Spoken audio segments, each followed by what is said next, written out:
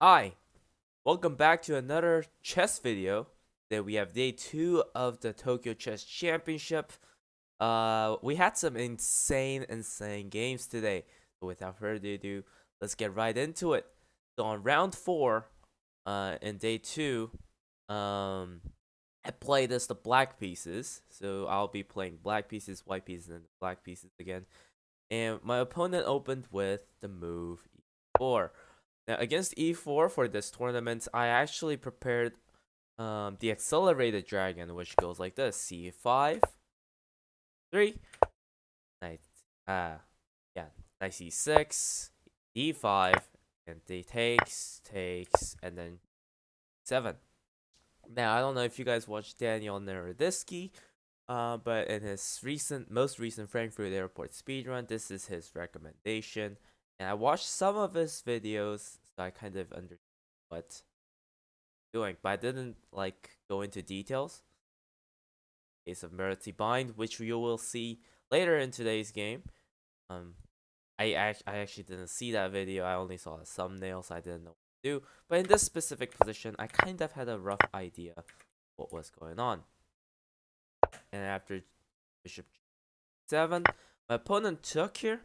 I thought this was a fairly bad move because if I thought this was a fairly bad by my opponent here, because if I take with this, then I have a pretty solid position. I don't know what white is doing after that. If I take with this, it will be a queen trade, and I thought that would be bad for me because I felt like not being able to castle and white being able to castle long and like threaten this d file just didn't seem too fun to me. So I just took with the b pawn. And yeah, in this position, it's about equal, although objectively, I think fine. And then bishop d2, which I thought was a mistake by my opponent. I put my queen out. My opponent went knight a4, which I thought would had to be a mistake. I came back here, but apparently there's a very damning move for black. Queen d4. I thought this was a bit too aggressive, and I thought that after something like this, or even something like this, I thought it was pretty dangerous. Because I thought that after takes, um, and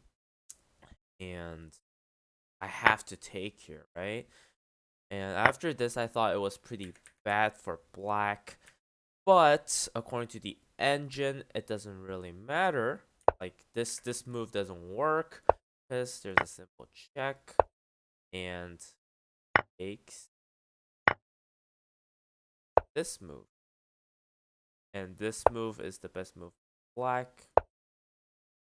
Yeah, and after castles, I just weren't convinced that this was a really winning position for black. I thought there were a lot of work to do. Um So yeah. So that's why I didn't go into this line. But apparently, this line exists for future reference. So with that in mind, let's go back to the game here. I played bishop. I played queen c7 here. My opponent develops the bishop to this square, which I think is like a common idea against the dragon. I'm not 100% sure, but like it kind of neutralizes the black's VNK bishop. But I felt like it was pretty bad because this knight really didn't have a place to go, and if it went here ever, I can just push the d pawn here, and then it has to use a tempo to go back. And this bishop's like not being developed anytime soon, so I felt like this was a pretty good position for me. I played knight f6 after this. My opponent played bishop d3, which kind of looks odd, but according to the engine, that's the best move. I castle my opponent castles, and I play the move a5 here. Now, the a5 is not exactly accurate in terms of engine, but I felt like it was a logical move because it stops the bishop from ever coming this way, and in addition to that, what it allows is I can have some really crazy tactics in the future, such as, for instance, let's say my opponent plays a random move like a3 here. I can open up the D file here, and if my opponent decides to ever push, I can come here and then start threatening all kinds of different things. And also let's say some random series of move here as well, just to show you. Let's say my opponent played this. Now that's another checkmate thread. It looks very scary for white. That's what I'm trying to say here. So that's why I played the move a5 here. My opponent played b3, which I thought had to be a blunder. It had to be, but apparently everything's fine here. And I played the move d5, opening up the center. This is a very common idea in the Sicilian Dragon. Takes, which was a mistake, and I took back. Should have played f4 in this situation, and I think it's because after f4 you can start fighting for the king side, like open everything up and try to threaten my king. But my opponent actually went back with the bishop here, and I thought that I had to be winning here. The move that I had to find was d4, but just completely nullifying the bishop here and playing e5, e4. However, instead, I kind of decided to take the center as a whole here, and after rook e1, I played the move 4. I think what I should have done here is just lock down the center. Although this pawn looks weak, it's completely protected here. And if he tries to break open like this, I think... let me get the help of the engineer. Yes, I think I can just shove this pawn down. And after takes, I have a huge attack here. So I feel like this was kind of a missed win for me. Playing e5 here. But I think, yeah, he decides to just with bishop f1 with the idea of fianchettoing in the future. But I felt like this was just very strong for me. And after this, I played rook d8. Solidifying my center here, and my opponent played bishop d4 with the idea of playing bishop 6. Now at this moment, I did think about the move bishop b6, but I thought that it wasn't really much of a threat because I felt like after bishop a6, I was trying to get rid of this strong, I guess this not strong, not active, but very solid piece, bishop f1. My opponent did play this, and it is a skewer, but I felt like because of the activity of my pieces and because of the strong center, I really didn't have to worry about this move. According to the engine, if I look at it, if I played the move, with the same idea, sacrificing this rook here. If I played the move knight g4 here, it is completely crushing because this is a checkmate threat.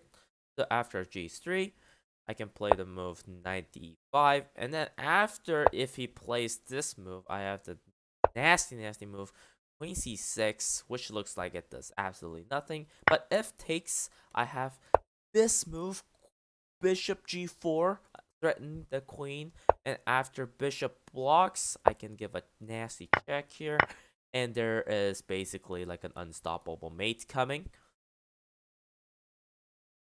But if he decides to just move the queen away here, again, I have a nasty fork here. So it's like what can you do in this for white? Absolutely nothing. Literally nothing. If you try to save the rook there, I have a really crazy attack incoming. So there's really nothing white can do in this position. So I should have played that move, but I played this move. Kind of a not even close. Not even close. It was just a blunder. I'll say it was. Yeah. After this, I played the engine best move continuation here. Takes. It is worth noting that according to the engine, this is only plus 0.6 for white. So it's about equal here. Because of the huge activity of my pieces, white does not have a huge advantage in this position. And I think practically as well, it is not really clear for white how he should proceed. So my opponent played the move bishop c1. I played bishop h6. Bishop back to b1. Queen d6. I felt like in this kind of position, trying to win as much tempo and then trying to get my pieces to an active square was the way to go. So that's what I did here. Yeah, bishop d6, knight c3, and I thought that this had to be a blunder. So I created a checking threat. So I'm trying to win pawns here.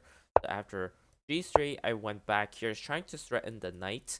And what I expected is that I expected my opponent to play knight b5, and then after something like this, not this immediately, but something like this, and let's say he goes back like this, I have some kind of an attack here. Not entirely sure, but I have some kind of an attack.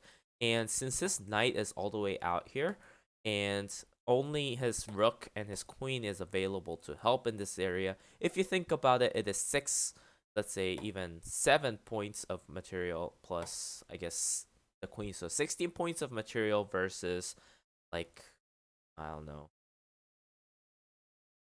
like 14, 15, 16. 17. So it's like, because this knight is out of commission, I felt like I had a strong attack in this position. Sorry, it's kind of early in the morning, so I'm kind of, my brain's kind of not functioning right now. But anyways. So yeah, that was the point. And according to the engine, yeah, after c4, white should be fine technically. But I felt like this had to be some strong attack here. Yeah. I felt like this had to be some kind of attack. But my opponent played the move queen d2. And at this point, I knew it was a blunder, because after queen b4, I had to be winning, because I'll be winning the piece back here. And after queen b4, my opponent played desperado, knight takes e4, and I took with the knight takes e4. We traded queens, and then my opponent played bishop bc1. And then I played, well, with all honesty, I think I should have played the move bishop d4. I did see this move, threatening to win the piece, win the, the pawn here. And after moving away, something like this, what I can do is take, tries to threaten that. I can just take, I guess this, and I can just back here and back. Guess I can come back all the way here, protecting my rook. And this should be a completely winning endgame. And I think this is what I should have done, but of course I am the blunder king, and I promised against an elo kind of a game, and I play the move bishop b2. My opponent goes back here, and I completely forget about my rook here and play the move bishop c3. Completely blundering this tactic. And after this game, and of course, in this position, it's game over. There's no further analysis part. I did kind of play on after king g7, but yeah, my opponent showed decent endgame technique, and the game was over pretty soon. So after this game, I knew that I had some winning chances here, but I lost, obviously, and it was kind of a bad beginning to the day, I guess. But I felt good, because I showed some great opening. Again, I missed some tactics, and tactics are so vital in over the board tournaments. But unfortunately, I didn't prepare it. I didn't do much puzzles, and without all the arrows that you can get in online, it was quite difficult to find some tactics here. So unfortunately, I lost round 4. But on round 5, I actually got the white pieces, and I played the move 4. Now this game was absolutely crazy, because obviously I missed lots of tactics. My opponent missed lots of tactics, and it was absolutely crazy. Oh, yeah. So let's get right into it. So I opened with e4. My opponent played e5. Knight c3 to begin the game. Knight c6, and I tried to go for the Max Lang defense, but my opponent just transposes into a bishop's opening. So I play d6, just accepting that we're gonna go into a rather boring, dry bishop opening. It is worth opening. It is worth noting that if I play something like this, what my opponent can do is not this immediately, but takes, and then go for the center fork trick, which is never too fun in this kind of position. Um. So yeah. So I play d6. My opponent plays. No. Oh, bishop b4. That's right. That's right. My opponent played bishop b4 here. I played knight ge2. My opponent plays the move castles, and I play a3. My opponent goes back. I castle here, and then my opponent plays the move 6. In this position, I thought that the position was rather dry. I was thinking about the move f4 here, but after checks and knights, I wasn't sure if this was like waiting for me. Like he has a pretty scary bishop here, and after the knight, something like this, I wasn't fully convinced that I had a good position. If I play something like this and back takes, this is like a dream scenario where I can trade the rook for 2 pieces, but obviously it's a classical tournament. Like it's a standard tournament with 40, not classical, but it's a standard tournament with 45 minutes, 30 seconds increments. So my opponent's obviously not gonna play that. So after uh yeah, so after this a6 move, I decided to play something weird. I guess knight g3. What I wanted to do is try to bring my knight in and try to have some kind of an attack. Eventually play f4 and try to play this dynamically. My opponent plays bishop b6 here. I play knight ce2, trying to bring more pieces into the king side. And my opponent plays knight d4, which I thought was a complete inaccuracy, because I can just take here, and then after takes, I can play the move c3, and the opponent's bishop is just kicked around. And I played a huge blunder here. Um, Queen f3, puzzle rush time. What's the tactic here that wins a piece for black? That's right. It's not really difficult to find. d5. d5 wins the piece here because it attacks this, and in the next turn, the opponent can go for a queen trap. But my opponent missed that and plays the move 6. And then in this position, I play the move 5, blocking the bishop and also trying to threaten some attack here. My opponent takes, I take, and my opponent tries to go for a queen trade. And at this position, this is what I thought. Like, I felt like if I trade the queens, then it meant that this position is going to be like super dry end game, kind of a vibe, kind of a game, which is not a thing that I wanted to go into. So I tried to decline the trade offer, but my opponent insisted on trading the queens. I took, and I played the move 3, forcing the knight back, and we went into a very uh seemingly boring endgame. But you won't believe what happened. I started with the move king h2, trying to get my king active in the future, and preparing to move f4 here. My opponent plays b5. I had to retreat my bishop, and my opponent for some reason played the move king h8. I feel like since I played the move king h2, my opponent felt like she had to move the king there, but I don't know. And then I played f4. My opponent went back to d7. I took, which is actually an inaccuracy. What I should have done is, according to the engine, what I should have done.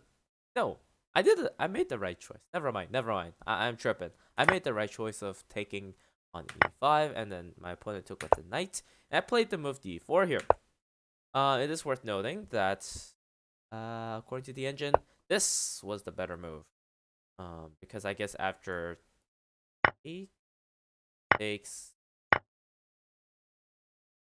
yeah, I guess my opponent can kind of like swing around the rook here and try to um trade pieces here. Um, but my opponent didn't go for that. My opponent actually went back with the bishop, with the knight here. I feel like after this, it was pretty straightforward. I played the move rook takes f7 because it's a free pawn, and it kind of forces great pieces. And in this position, I have the bishop here in the end game, and I'm starting to open up the position, and I'm a pawn up. And in this case, I should have a winning endgame, is what I thought. And after rook f7, I have this move, bishop e6, forcing the rook back to either here or forcing the knight to move else. So I felt like this was pretty good for me. My opponent went back with the rook here, and I should have played the move rook b5 here. Trying to force the rook away for a free knight. But for some reason, this didn't register because I felt like he had this move. But I completely missed the fact that I can just push the pawn here and try to win a piece like this. I guess I was afraid of this because after takes, he may have takes. But I also missed the fact that in this position, I can just check here and I should have a really winning endgame because I'm a pawn up in this area. And I have, yeah, this should be a winning endgame. But according to the engine, it's very wishy-washy again. And it's because of the fact that there's like a opposite colored bishop. So yeah, I know I'm kind of like rambling here, but interesting position, interesting position. But instead, I played a very dumb move, bishop e3. My opponent plays c5. I decide to push this pawn here because I wanted to solidify this pawn structure, and eventually I may have some kind of an x-ray tactic. So I thought that this was a pretty good move. My opponent plays this, and now I play the move bishop g4, bishop 5 here, pinning the knight, and my opponent plays the move rook f8. It is worth noting that if I go with my rook here, trying to somehow disrupt his pawn structure, he has this nasty tactic where I play this move and pick up my rook here, and that is not fun. And also, I had the same exact X-ray problem last game, so yeah, I was kind of traumatized from that tactic, so I obviously didn't go for this blunder. So which was nice. So I took here, expecting my opponent to take with the pawn. In that case, he has a pawn island, but with the exchange that his king now becomes active. But my opponent for some reason took with the rook here, trying to preserve the pawn structure. But I decide to go for the. But what this allows is that it opens up the 8th rank here, and I can kind of infiltrate with my bishop in this position. My opponent goes here. I went for bishop a3, a6 here, but what I should have done is, I guess, the more quote unquote accurate move is bishop d7 here. And I went here, and my opponent plays this. And I saw a very nice tactic here. After takes, I can play this move, bishop, bishop b6 is what I played. And if my opponent goes here, I have this really nasty back rank checkmate idea. And my opponent did play bishop b6. But for some completely odd reason, I didn't play the checkmate, and I played bishop a6. What is this? 400 elo?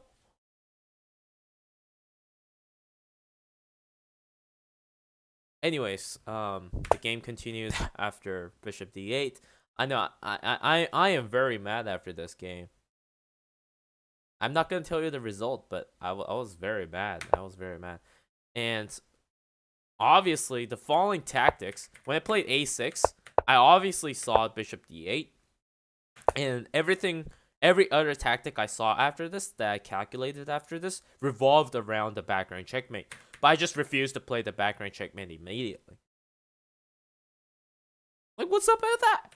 Anyways, I went back there. My opponent has to come back. I targeted the pawn here. My opponent played bishop, rook f7 for some reason, and I played the move, the natural looking move, bishop c6, blocking the infiltration of the rook and also threatening to take. My opponent plays b3. I come back here, forcing the rook back. Come back with my rook here, threatening to take. My opponent finally plays a luft with f6. I take. My opponent threatens. I come back. Opponent goes back, I played the move before, threatening to promote my pawn here.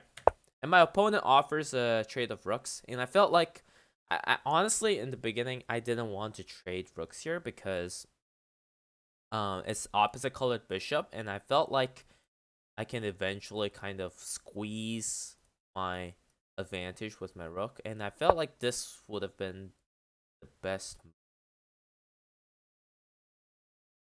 Oh, according to the engine, this is the best, but it looks very ugly. Hey,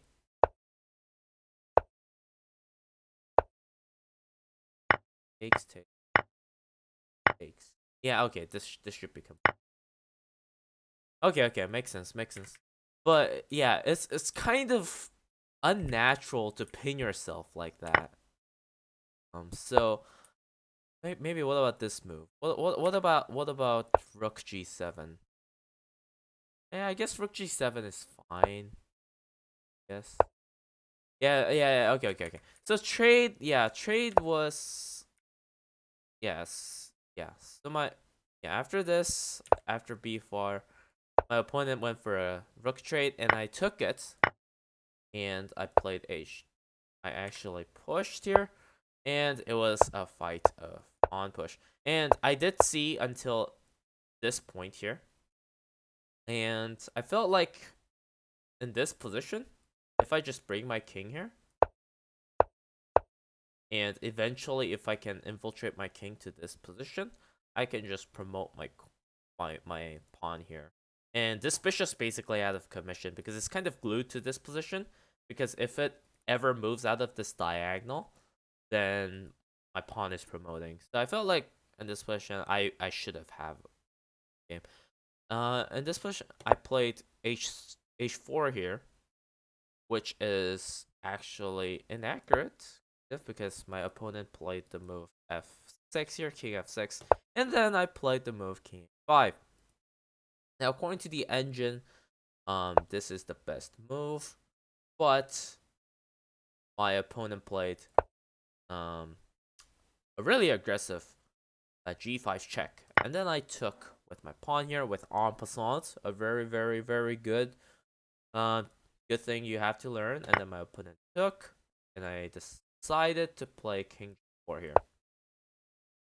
And yeah, so engine gives this move at a pretty low depth, but whenever I play this move, it goes from +9 to +10. So I guess this is like a really deep move.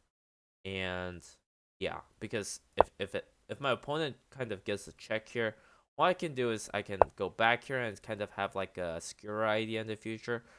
So I felt like this was a pretty good idea for me. But here my opponent plays a very interesting move, bishop b8, and I give a check here. My opponent goes here, and then I go here, and then my opponent tries to take my bishop.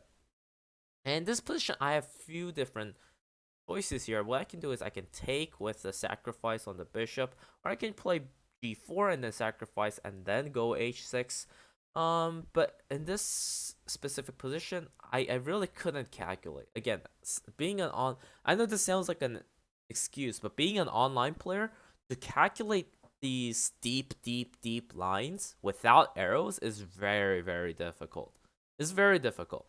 So I went for a very simple move, king h6, king takes, and then I started. Oh, my opponent played king f8, but I actually thought that my opponent will play this, and then I'll have to like show some technique here. And I thought that this after king f7, it's quite unclear. But my opponent played king f8, and I should have played this, but immediately I played the move king7. I king g6 here. I don't know why. So I'll be honest with you. I have no idea why I play such moves. I honestly have zero clue why I play these kind of moves. Um, yeah, if you're sitting down on the board in a large tournament hall, and there's like 70 people in the room, like all just playing chess, like you kind of get like a slight mental, I guess, like a slight mental hit. It's like you're in an environment that you're not like used to, so it's kind of difficult. And I just missed an immediately winning move. It doesn't mean that I'm losing here. It doesn't mean that I'm losing because my opponent played the move e8 and went king 6. It looks like a draw at first, but I calculated this. What I can do is now I can promote this pawn. So my opponent tries to go for this pawn, but what this allows is infiltration of my king to this side. And if this bishop ever moves, then I can promote my pawn, or even in this case, I can trade my pawn for the bishop and then go for this bishop, for this pawn, and then I can push. For example, a sample line would be, if my opponent didn't push there, is to go here, and then if I ever queen here, I can take, go. I can sacrifice a pawn here, go, go, go, go, queen, and then it's a check. And how can I be accurate here? This would be accurate. Push, and he can't even take. And now I go check, take. Oh, he can't even take, and this. Yeah, check, take, and this should be win, right? So I calculated this, and then I went here. Oh, I'm getting ahead of myself. I calculated that, but I didn't want to have any like I didn't want to have this pawn ever like march down the e file. So I just got rid of the possibility. When my opponent went here, I went here avoiding any checks, and that same idea. Like I knew that I missed h7 when I played this, when I played queen g6. So I used the same idea here, creating a red carpet for my king here. Opponent goes here, takes. I don't know what my opponent. Something like this. And then after this, I really didn't pay attention to the game. I just created a second queen, and it was just over. So, round 5, I actually won. I actually won round 5. Not in the best way possible. This wasn't a good win at all, but a win is a win. It was like yesterday, yellow. But I won round 5. And now, if you guys hung around like past 32 minutes or past 33 minutes, thank you very much. If you are enjoying this video, please hit the like button. But according to the statistics, most of you will be not watching at this point. But here is round 6, the most insane match I played in this tournament. So at this point, I had one goal in this last game, and it is to use up all of my time. Now this is because in all of my games, so far, I had like 20 to 30 minutes remaining, and I told you that it was a long time control, right? 45 minutes plus 30 seconds, but I always had 20 minutes or 30 minutes remaining on the clock, meaning that when I blundered, I didn't think through my moves. I just played them instantly. And I if you think about it, that's kind of like bad, right? I'm not using my time properly.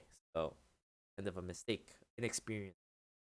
Um but regardless, here I had the black pieces, and as I said earlier in this video, this game features the Marotti bind.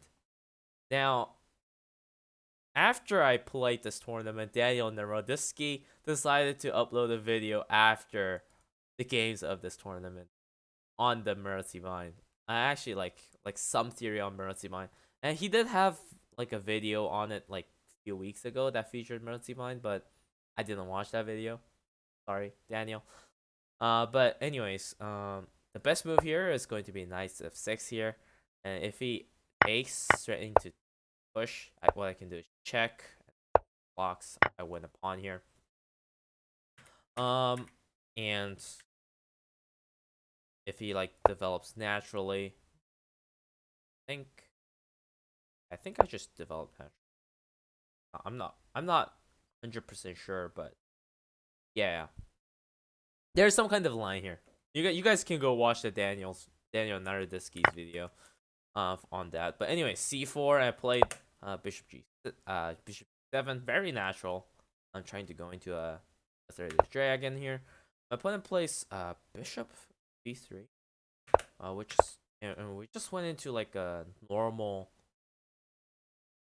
accelerated dragon, with the difference being that he had a pawn on on c4, preventing the move to 5. I think I told you on the round 4's recap that d5 is a critical move to play on this accelerated dragon kind of a system. But yeah, I was prevented from that, so I played the move d6. My opponent should have played f3, I think, trying to go into like this more dragon-like structure, but with a better pawn on d4.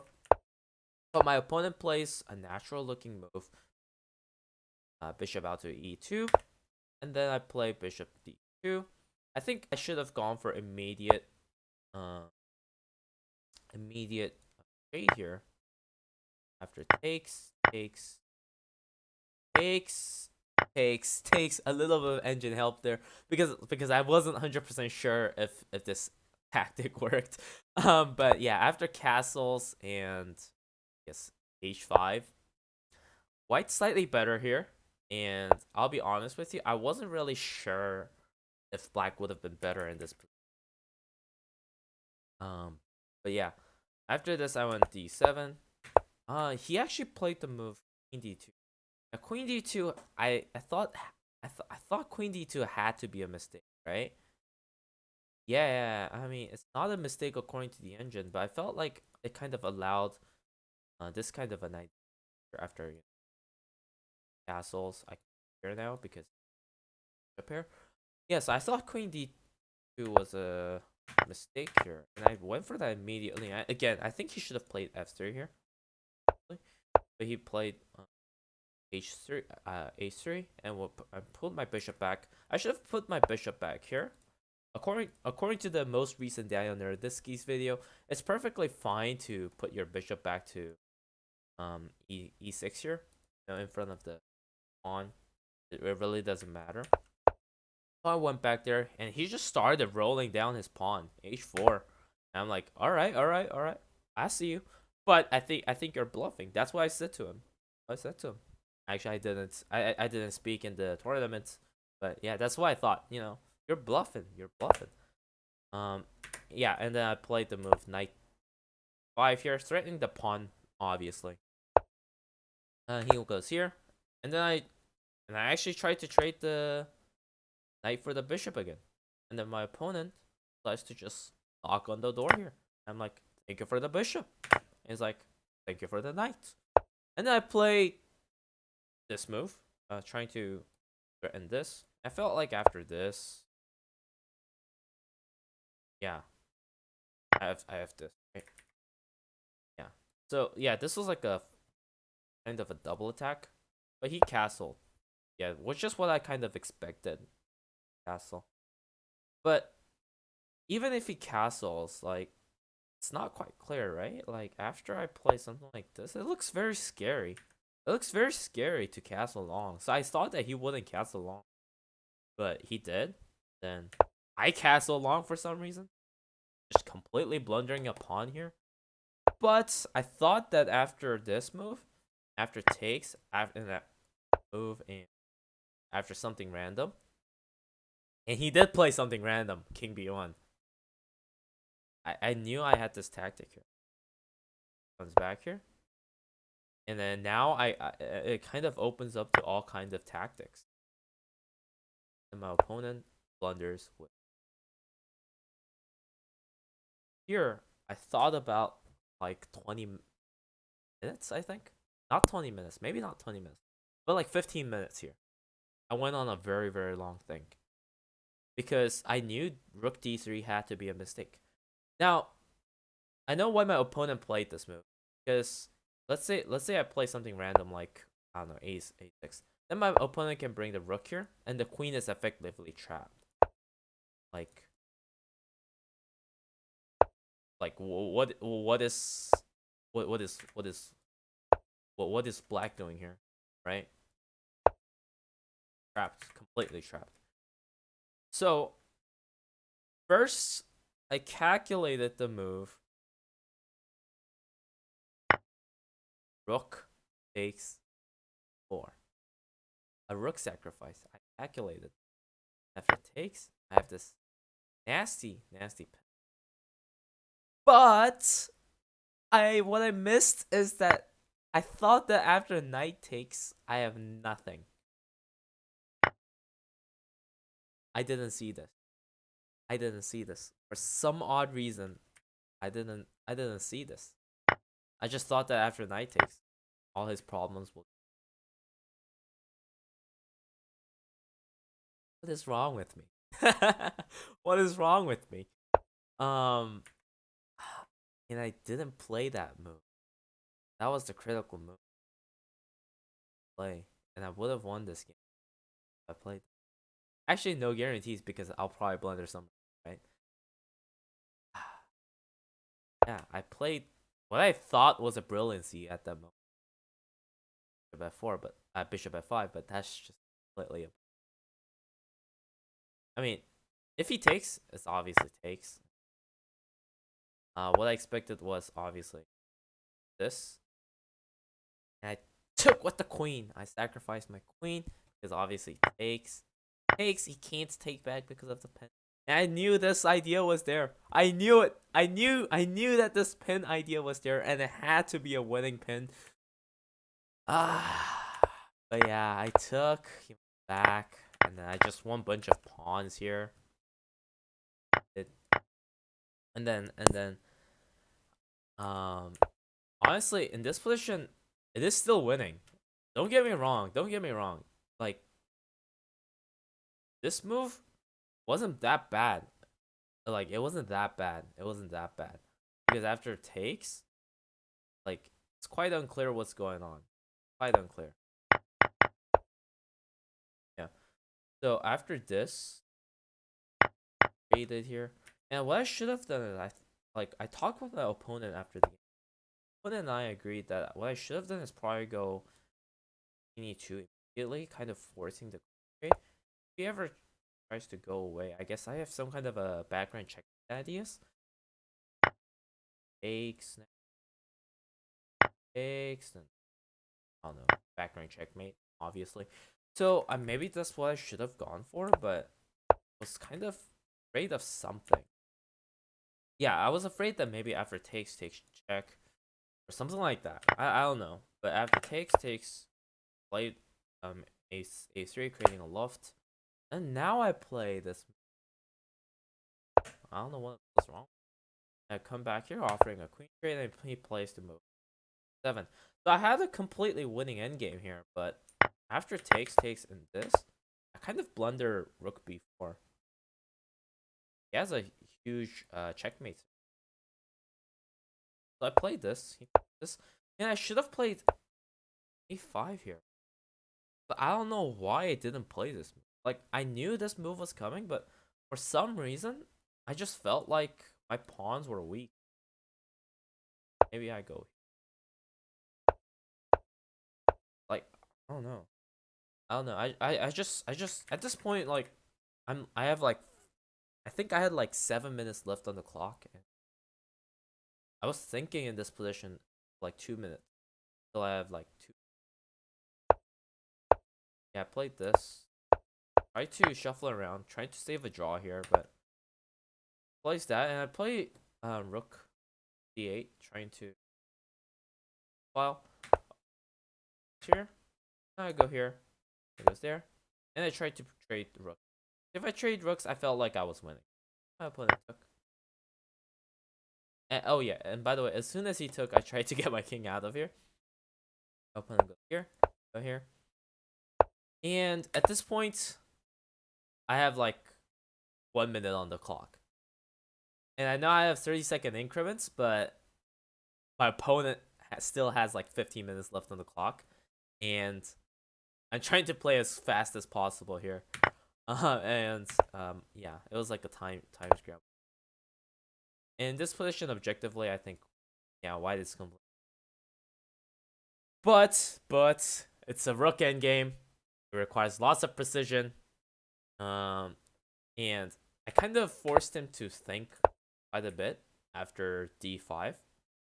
I don't know why he went on the long think, but he did. And after b4, I locked the position down, creating a d piece. Watch. And my opponent tries to bring the king in, but I had this really nice idea where I can kind of like push the king away. What I should have done here, I think, is I should have just checked.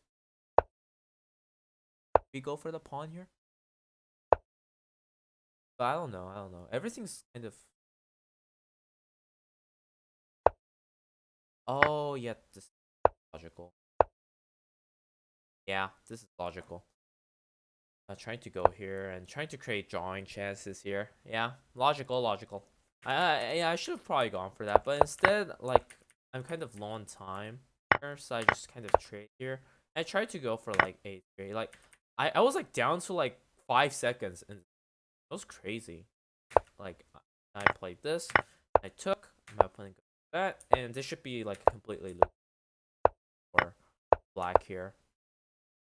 But I take here and goes for a rook trade.